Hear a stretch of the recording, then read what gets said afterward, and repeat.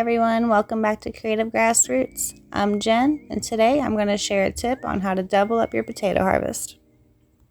This here is our new garden bed. It's been tilled and ready for some potatoes. So I purchased these potatoes a few short days ago, and they are gorgeous. They're showing all the signs I'm looking for, which is sprouting. These sprouts are also known as potato eyes. It's the eyes of the potato that's going to give us a whole new potato plant. Now, I recently discovered this little trick to get 2 potato plants from 1 potato. All I do is separate the potato, guaranteeing that both sides have eyes or sprouts to grow. After separating the potato, we've now turned 1 potato into 2 potato plants. Just make sure both cuts have eyes. After cutting it, it will then be placed into a cardboard box where it can begin its curing process.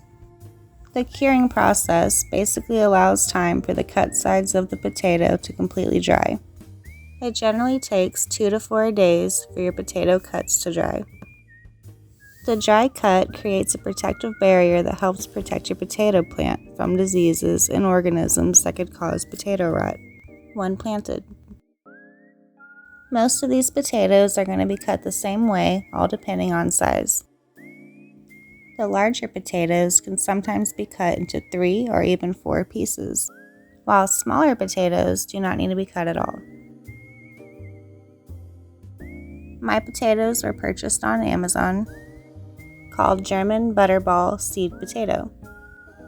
My channel has no affiliation to Amazon, but I'm going to go ahead and drop a link down in the description.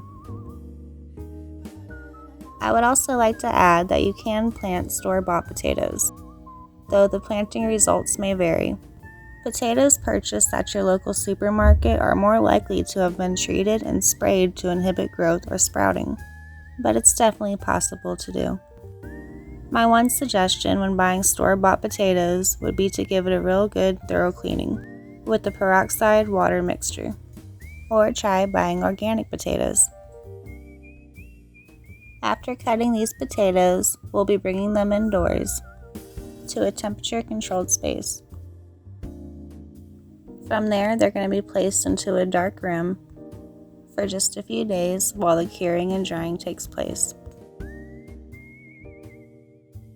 Within the next few days, I'll be bringing you an update on the results. So be sure to keep an eye out for my next video on how to plant the potato cuttings.